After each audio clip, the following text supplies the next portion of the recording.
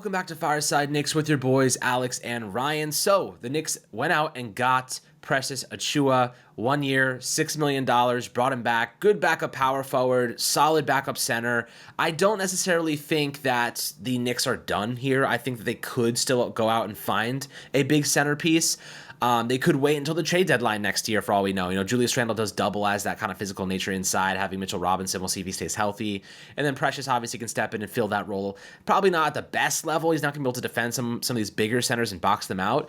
But the Knicks may just survive until the deadline, then try to capitalize on a player like Clint Capella that won't be as expensive and won't cost as much, in a couple months there. So I do think that bringing back Precious was a great move, really solid depth. We didn't have much behind Julius Randle. It looks like he had a lot of other contending offers from teams that are going to be, playoff contenders next year.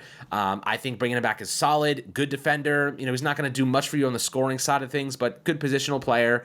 He rotates well. He has, roots in New York City. So I think he has pride for where he comes from, pride for this city. And we love guys that care, love guys that have passion. He has a little bit of chemistry with some of these pieces already on the roster, so that's already a good sign. Ryan, how are you feeling about the extension to Precious Achiuwa? They obviously declined his qualifying offer at $6.2 million, so they saved $200K there, but, save a couple bucks. Definitely doesn't hurt. And, if you sign him to a qualifying offer, other teams are able to match that. And now they get him on a deal that's cheaper and obviously a little bit more up his price tag. And he has playoff experience in addition. So thoughts on Precious Achiuwa? And do you think this rules the Knicks out of making a big deal or just kind of pushes that decision down the road? Maybe it pushed that decision down the road. I think right now where the Knicks are at, you can't force a deal that isn't made. So, for example, if Jalen Duren just isn't traded, what am I going to criticize the Knicks for? Not trading for a guy who Utah did not decide to trade. You can't force a team to trade you a player. Same thing with, we're talking about a guy like Walker Kessler. I said Utah for Jalen Duren. I meant to say Detroit. Thinking Utah because I mentioned Walker Kessler. Another guy who was linked to the Knicks. Again, you can't force the Knicks to make that trade. And then the last point I wanted to bring up when it comes to the center position, guys, is the Knicks, I've said I've wanted a guy who can be is actually provides a physical presence and can be a big, and I don't necessarily view Precious as that, and I'm not going to walk it back just because we signed Precious and all right, it's fine because it happened and the Knicks did it and the Knicks are always going to do the right thing, that kind of thing. But the Knicks their track record with bigs and with generating value out of the big man position or in that area group it speaks for itself, and it should matter enough where what they do and the value they generate. I'm gonna live with it, right? Precious Achiuwa was a fine New York Knick, and if he's a fine New York Knick this season, they'll be fine. Is their big man room worse than it was last year? Undoubtedly, right? Mitchell Robinson and Isaiah Hartenstein are a combined better tandem than Mitchell Robinson and Precious Achiuwa. That's not particularly close. But there's nothing you can do about that, right? You couldn't offer Isaiah Hartenstein what the Thunder offered Isaiah Hartenstein. You can't blame a guy for taking an insane pay raise to go to the Thunder. Insane, not saying it's not justified. Insane as in it's a large sum of money. It's not going to take that big of a pay cut to stay in New York. And the fact that it wasn't even a thought, man, should I take a pay cut to stay here, tells you what Isaiah Hartenstein thought of New York and thought of the Knicks. But that's a decision you have to make. That's best for your family. It's the right decision to make. For Achiuwa, he was solid. He had some big moments in the postseason last year. Obviously when I think it was Hartenstein, he got into foul trouble. He couldn't stop fouling Joel Embiid, and shout out to Precious Achiuwa because the dude comes in and he's locking down Joel Embiid, who's, at least 3 to 4 inches taller than him and a bigger body. Joel Embiid's a big body. He's a strong dude. So as a defensive rebounder, as a defensive rebounder, he's excelled. He ranked in 94th percentile on offensive rebound percentage this past season. I feel like he really improved defensively once he came over to New York. But man, we'll see what he does with us down the stretch, because where the Knicks are at in the center position, they're going to desperately need somebody who can step up, because if Robinson gets hurt, they're relying on Precious Achiuwa.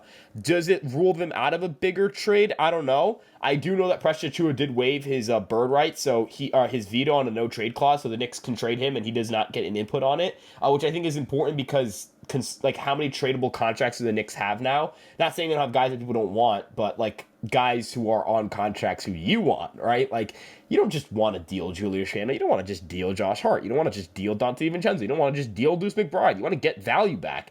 But if you're able to now, like, kind of pair Deuce McBride and Precious Achiuwa their contracts, maybe you're able to bring in a player who, can really help you. I think that if the Knicks are going to go out and get a center, and I don't think that's going to happen between now and the start of the season at this rate. I think it's going to be like a legitimate stud. Like, I don't think it's going to be some nobody. I think if they add a center, it'll be a stud, because I think that's what they're targeting. They could always, they could always find ways to improve internally. Maybe Jericho Sims finally takes a leap, but I think that's an irresponsible thing to bet on. They've had some guys impress in the summer league, but again, I think that's an irresponsible thing to bet on. Precious Achiuwa is a proven NBA player, and that's more than what you can say for any of their options outside of Mitchell Robinson internally. So, Alex, it's an upgrade, and that's objectively true. It's not the perfect upgrade, but it is an upgrade. Yeah, I mean, that's important nonetheless. Essential depth, really. And listen, this team, you went from the biggest problem being depth in the postseason to having it as a strength, and not just a strength. We may have some of the best depth in the game. You're looking at Dante DiVincenzo coming off the bench, who was a regular starter last year and was phenomenal. Josh Hart, who is one of our favorite, fan favorite players, and he is phenomenal, coming as a rotational piece.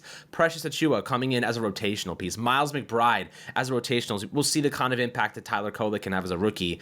But you're seeing, this team has substantial depth, not just a couple good pieces. We have 2 starting caliber players coming off the bench, right? And then you have a Precious Achiuwa who's, you could say on some teams, would be starting. You know what I mean? This is a special group we have here, guys. And as we talked about yesterday, Shaq certainly has some words about the Knicks being overhyped and it being New York City. I'm like, dude, we have not been hyped for a long time. When were we hyped before Jalen Brunson got here? Julius Randle was the only piece we had. Elfrid Payton, come on, give me a break. This team was nowhere close to being hyped. And even though in fact, we got more criticism than anything because we were in New York City, not hype at all.